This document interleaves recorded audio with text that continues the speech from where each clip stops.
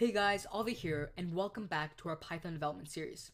Now we left off where we covered what strings are, what placeholders in strings are, all that good stuff. In today's lecture, we'll be tackling one of Python's first data structures, which are Python lists. Okay? So first thing first, what is a list? Well, generally, what do you think of a list? It's a set of items that are ordered, they have an index, you know what each value is, and that's basically the same case for a Python list. It's a comma separated value that allows us to access any item based on its index. So let's say I'm going shopping. Okay, I want to create a shopping list in Python. I want to get apples, oranges, bananas, and cheese. Okay?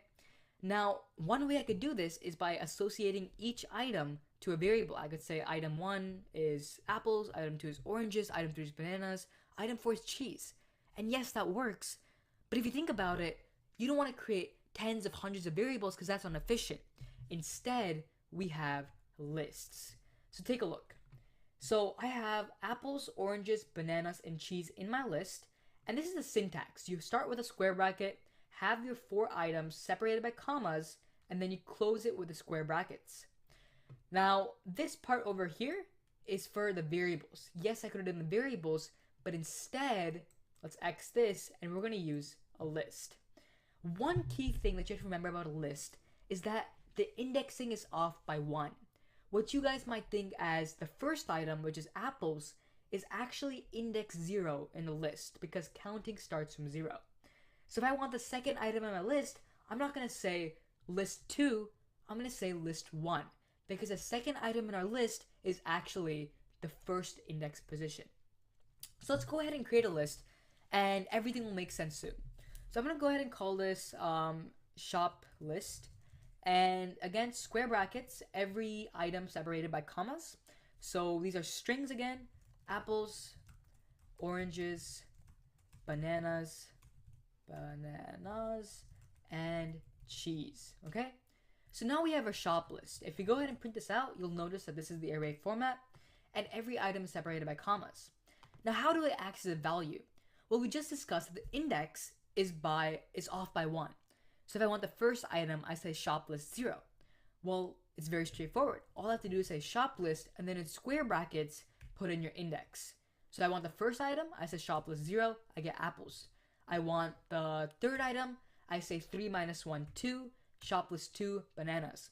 Third item or fourth item, then I say 4 minus 3, 1, that's 3, shop list 3 gets me cheese.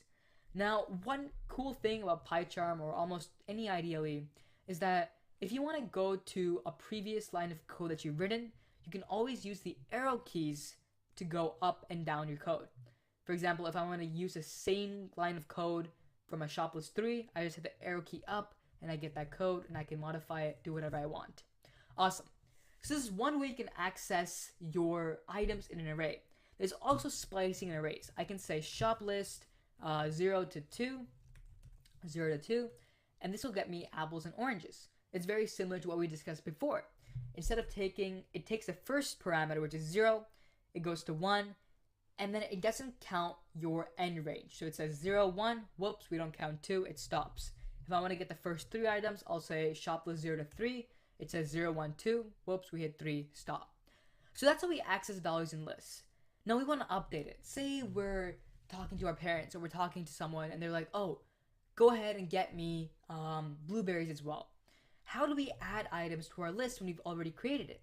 Well, one nice thing about lists is that they're mutable. You can add objects, you can append, delete, do a lot of functions, a lot of different methods with lists. So what I'm going to go ahead and do is add an item to our list, and we use the append function to do that.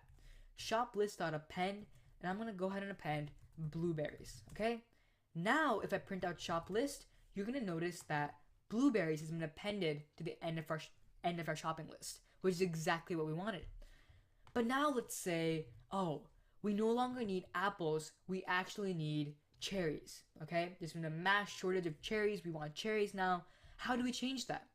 Well, there's another way we can do this. We can go ahead and say shop list 0, so the item at the first position of our list should be equal to cherries, okay?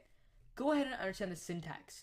We're basically saying that whatever item exists at this position update its value to cherries. So now when I say shop list, instead of apples, I get cherries, oranges, bananas, cheese, blueberries. So that's one way you can update values in an index, and the append method allows us to add objects to our array or to our list. Now let's say, okay, we've done all of this, but guess what? We no longer need oranges because no one likes oranges, all right? How do we delete items in our list? Well, one way you can do this is by using the delete method. You say delete using del as the method name, and then you say shop list, whichever index, whatever you want to delete. I want to delete oranges, and I know that's index 2. Oh, I'm sorry, that's index 1. So go ahead and say delete shop list 1, and now when I say shop list, I get cherries, bananas, cheese, blueberries. Oranges has been removed from our list. All right, so what have we covered so far? We've covered how to add to an array, how to create an array, how to get in position of an item in an array, and how to delete an object in an array. Now, there's a few more cool things you can do with arrays. Just like we learned the arithmetic operators, you can use the same things for arrays. You can go ahead and add arrays, you can multiply arrays. Let's go ahead and see how they work.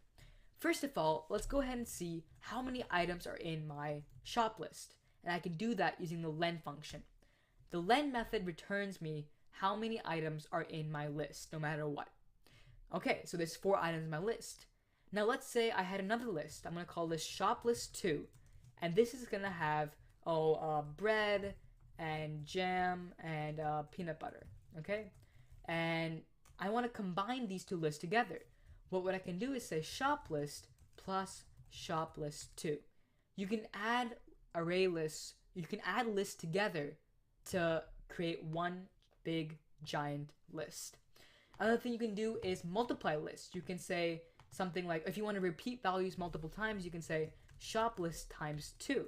And that repeats the values in shop list once and then twice. So these are just some of the arithmetical operators that you can use in lists. They're very basic and they're very straightforward. Adding lists together, finding out if you can multiply lists. 2 more functions I want to touch base on before I end this lecture, and that's max and min. Suppose we have in a list of the greatest of a few numbers. I'm going to call this list num, and I'm going to go ahead and populate it with some numbers. 1, 4, 5, or 7, 23, and 6. Okay? If I want to find the max of list num, find the biggest number there, I can call the max function on our list num list. And if I want to find the smallest value, I can say min of list num. Awesome. So in this lecture, we touched base on lists. We covered what they are, how to create them, indexing, appending, deleting, mathematical operators, and then last but not least, the max and min functions. Now there's many more things that you can do with lists, but just as a quick introduction, I hope lists made sense to you. Anyways, that's it from my side, and I'll see you in the next video.